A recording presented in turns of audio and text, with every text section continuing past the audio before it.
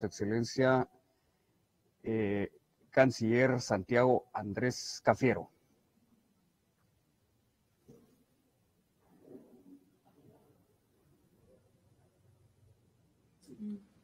Ahí está. Señor presidente de la Asamblea General, señor secretario general, señores jefas y jefes de delegación, señoras y señores delegados, tengo el honor de participar en esta Asamblea General, ocasión propicia para reafirmar nuestra vocación panamericana y nuestro compromiso con los principios fundacionales de esta organización.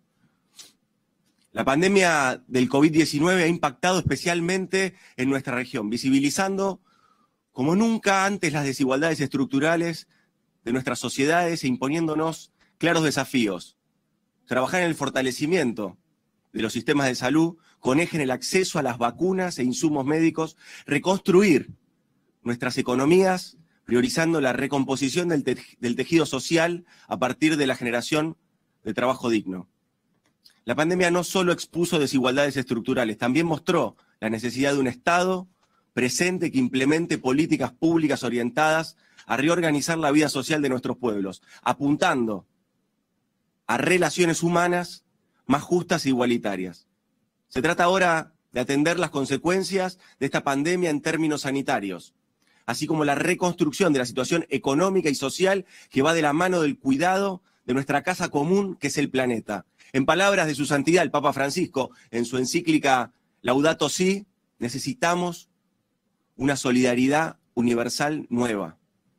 Debemos recuperar en la OEA la capacidad de consensuar soluciones basadas en el respeto a la soberanía y la igualdad de los Estados miembros. Se debe despejar la triste historia reciente de haberse apartado de sus fundamentos al apoyar la interrupción del orden democrático, como sucedió en Bolivia. La ideología, las pasiones o el racismo nublaron el juicio de muchos.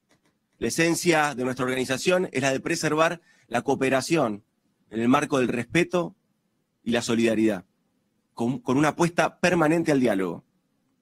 Si esta organización se hubiera mantenido fiel a los principios que rigen sus instrumentos fundacionales, no tendríamos que lamentar esta vergonzosa página de nuestra historia. La plena vigencia de la democracia y del Estado de Derecho es la esencia misma de esta organización.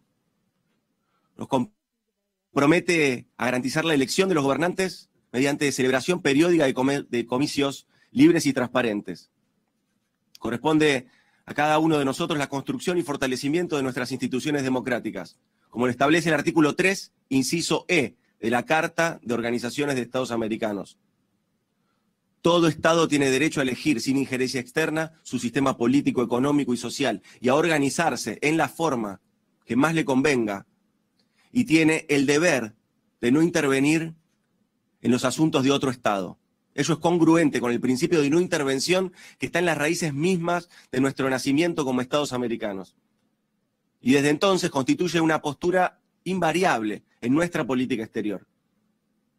El histórico apego de la Argentina a este principio se refleja en varios hitos de nuestra historia. La doctrina Drago, elaborada por quien me precediera ya hace mucho tiempo en este cargo, en los años 1902-1903, consagró la prohibición de la intervención a través de las Fuerzas Armadas para el cobro de una deuda pública. O la doctrina Calvo apuntó a evitar la interrupción judicial extranjera, la intervención judicial extranjera en los asuntos internos de un Estado. Asimismo, el Tratado Antibélico Saavedra Lamas, canciller argentino y Premio Nobel de la Paz, reafirmó en 1933 el principio de no intervención en la región.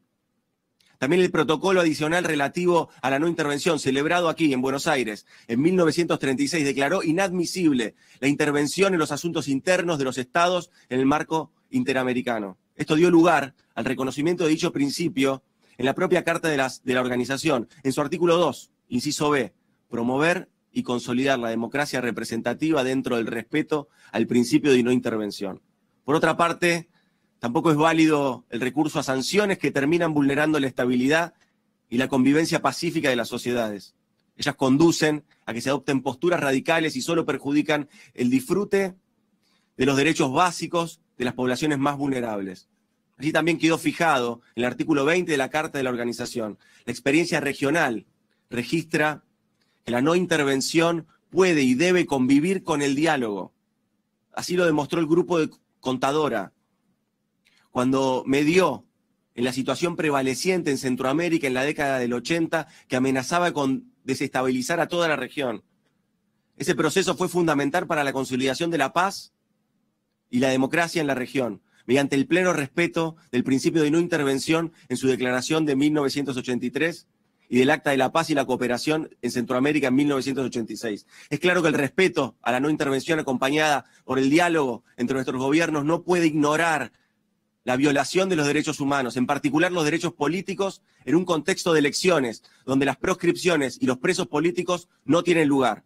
Tampoco podemos pasar por alto el imperativo de preservar las instituciones democráticas en la región, tal como nos hemos comprometido al hacerlo en la Carta Democrática Interamericana. La promoción y protección de los derechos humanos desde una concepción integral es para la Argentina una política de Estado. Esto se refleja en nuestra activa participación en el sistema universal y en el sistema interamericano de derechos humanos. Las políticas de memoria, verdad y justicia guían las instituciones de nuestra democracia. Sostenemos los valores de la diversidad y la inclusión y el consecuente compromiso con los derechos de las personas y grupos en situación de vulnerabilidad. La Argentina considera el sistema interamericano de derechos humanos una pieza fundamental de esta organización. Para mi país, la Comisión Interamericana de Derechos Humanos tiene un valor especial por su rol crucial en el retorno a la democracia. El haber expuesto su informe de visita en 1979, la sistematicidad y planificación de las violaciones de derechos humanos perpetradas por la dictadura cívico-militar argentina, comprobando la existencia de desapariciones forzadas. Y es en el marco de este compromiso activo que hemos decidido la presentación de la candidatura de la señora Verónica Gómez a jueza de la Corte Interamericana de Derechos Humanos. Señores presidentes, señor secretario general, jefes y jefes de delegación, reafirmo los legítimos e imprescriptibles derechos de soberanía de la República Argentina sobre las Islas Malvinas, Georgias del Sur, Sandwich del Sur y los espacios marítimos circundantes, los cuales forman parte integrante del territorio nacional argentino y se encuentran ocupados ilegalmente por el Reino Unido desde hace más de 188 años. Lamentamos que a pesar del tiempo transcurrido desde la aprobación de la resolución de la Asamblea General de Naciones Unidas número 20/65, el Reino Unido persista en su actitud de desoír el llamado a reanudar las negociaciones respecto de la disputa territorial. Más aún, el Reino Unido ha persistido en acciones de explotación y exploración ilegal y unilateral de los recursos naturales en el área mediante acciones contrarias a la resolución 31/49. También mantiene una injustificada y desmedida presencia militar en la isla. Reafirmamos la plena disposición demostrada por todo gobierno democrático argentino de dar cumplimiento a ese mandato, que ratificamos una vez más en esta asamblea. Por eso transmito el agradecimiento del gobierno y del pueblo argentino por el continuo apoyo y solidaridad de los Estados miembros de esta organización a la cuestión Malvinas y a esta asamblea que ha decidido continuar examinando esta cuestión en sus sucesivos periodos de sesión hasta su solución definitiva. En conclusión, estamos convencidos de que esta organización debe jugar un rol relevante, recuperando el valor de los principios que se plasman en los instrumentos que la cimentan. Tanto la Carta de la OEA como la Carta Democrática Interamericana como la Carta Social de las Américas apuntan a la solidaridad americana y a la contribución para el progreso, a la promoción de la acción cooperativa para el desarrollo económico y a la lucha contra la pobreza, que es un obstáculo al pleno desarrollo democrático de los pueblos del hemisferio. La organización no debe desviarse de los postulados que la rigen y debe abocarse a redoblar sus esfuerzos para honrarlos, más aún en estos tiempos donde se libra una batalla contra una pandemia y sus deplorables consecuencias sociales y económicas. Como expresara el presidente Alberto Fernández al dirigirse a la última Asamblea General de Naciones Unidas, de la triple pandemia, de la inequidad global, el cambio climático y el COVID-19, solo saldremos con liderazgos audaces, con ideas innovadoras y proyectos que permitan hacer posible lo que hoy parece una quimera. Conforme a las cifras del PNUD, la región latinoamericana sigue siendo la segunda más desigual del mundo y los países de América Latina y el Caribe tienen niveles de desigualdad más altos que los de otras regiones con niveles de desarrollo económico similares. Luchar contra la pobreza, especialmente contra la pobreza crítica, es luchar por la democracia. Entiendo que la igualdad, la equidad y la justicia social son parte esencial de la promoción y consolidación de los sistemas democráticos. En efecto, como señalara la Carta Social, el desarrollo con equidad fortalece y consolida la democracia.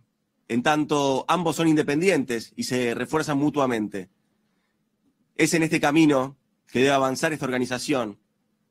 Finalizo recordando al general Juan Domingo Perón, 3 veces presidente de nuestro país, siempre por la vida democrática, en su mensaje a los pueblos del mundo en julio de 1947, cuando expresó que representamos una patria que vive desde su origen los principios de la libertad y que no podrá haber jamás diferendo de cualquier naturaleza que no encuentre en los caminos del derecho y de la justicia el cauce para que la civilización no fracase. Su prédica es de asombrosa vigencia a lo que sucede en nuestros días en la región y a la visión de mi país para encontrar un camino en esta difícil coyuntura. Muchas gracias. Muchas gracias, canciller Cafiero, por sus palabras. Recordamos a las delegaciones que en aras de